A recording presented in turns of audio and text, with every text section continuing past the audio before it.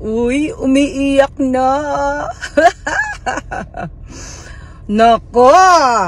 Ayan, si Iyakin. Talagang umiiyak at umaaray na at nananakot na marami daw siyang bangbang. Nako.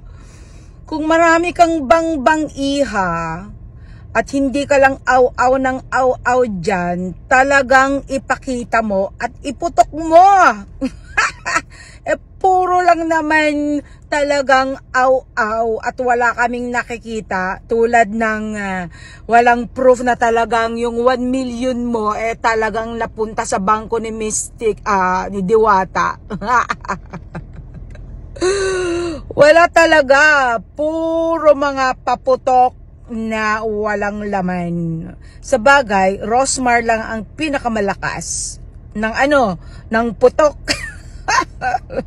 Ayan, bumili na kayo ng para sa kilikili power. Marami siya dyan, loaded talaga siya dyan. Alright, marami daw siyang bala. O di putok mo, sa bagay, araw-araw ka namang pumuputok.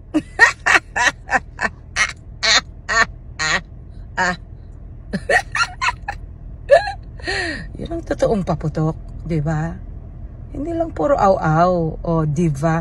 Ano daw ba ang ibig sabihin ng papampam? Well, tanungin nyo na lang si Diwata dahil siya yung nakakaalam kung ano ang totoong ibig sabihin ng papampam. Diba? Dapat iyan ang gamitin niya kay aw-aw papampam instead na gamitin niya sa akin. Alright. Pati ba naman yung pagpapapampam niya sa social media, kailangan ba nandun yung anak niya sa harap niya habang siya ay halos nakahubad? Yuck! Dapat yung mga ganyan ang kinukulong at pinapaputukan.